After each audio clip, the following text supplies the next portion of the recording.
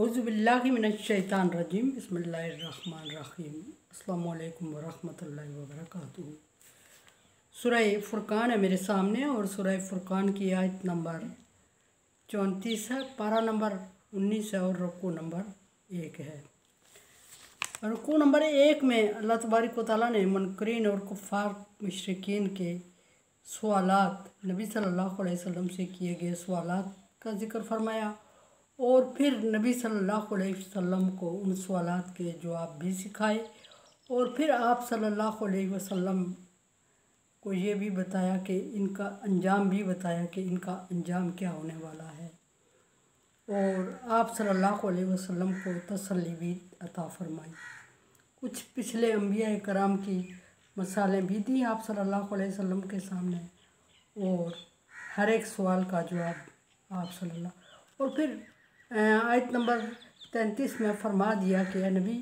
इनके दिए गए हर सवाल का जवाब आपको दिया जाएगा और मुफस्सल जवाब और बड़ी उम्दा तोजी इनके सामने बयान की जाएगी। लेकिन मतलब ये नहीं कि सारे मान जाएंगे, क्योंकि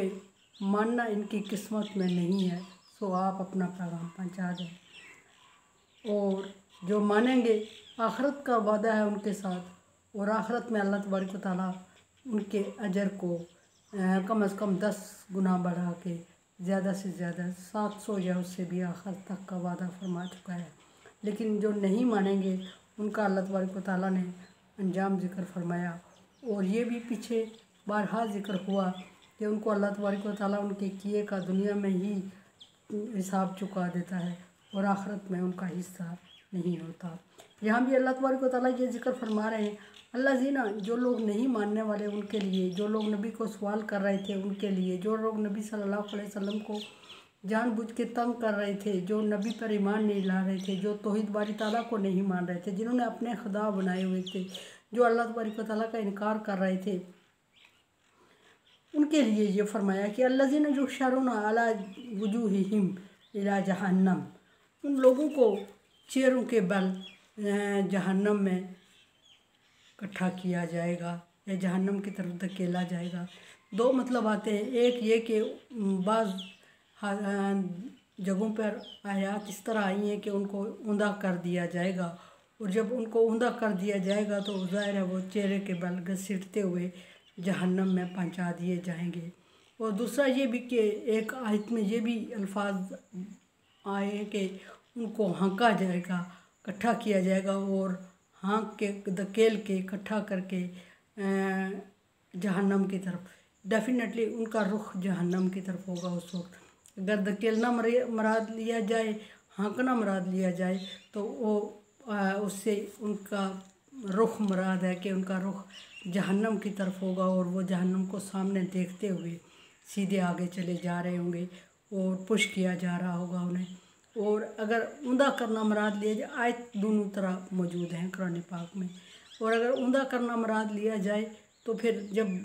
गिरता बंदा तो ऊंधा हो जाता है और चेहरा उसका ज़मीन पे लगता है। उस सूरत में ये भी बाज़ आयात में ये भी है कि उनको घसीट के जहन्नम में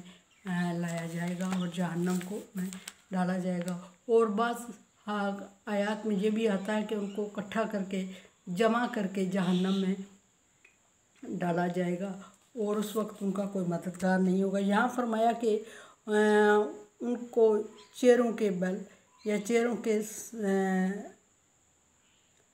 सामने करके जहन्नम की तरफ लाया जाएगा। उलाइका शर्रुन मकाना, और वो बहुत बुरी जगह होगी जहन्नम, जिस तरफ वो देख रहे होंगे या जिस जगह उन्हें डाला जा रहा होगा और उस जगह को वो उस वक्त सामने देख रहे होंगे। जहन्नम भड़काई गई होगी और बहुत दूर तक उसकी हीट जा रही होगी और उनके जिस्म गल रहे होंगे उनके स्टीम से, उसकी भाप से, और उनको चलना मजबूरी होगी, चल नहीं सकेंगे तो फिर धक्का दिया जाएगा और घसीटा जाएगा, जो गिर जाएंगे और उनकी हिम्मत नहीं पड़ रही होगी। उनको इस सूरत में जहन्नम में जमा किया जाएगा और बहुत ही बुरा मकाम और बहुत ही बुरा ठिकाना है उनके लिए। और ये अल्लाह तबारक व तआला ने उनके लिए नहीं ऐसा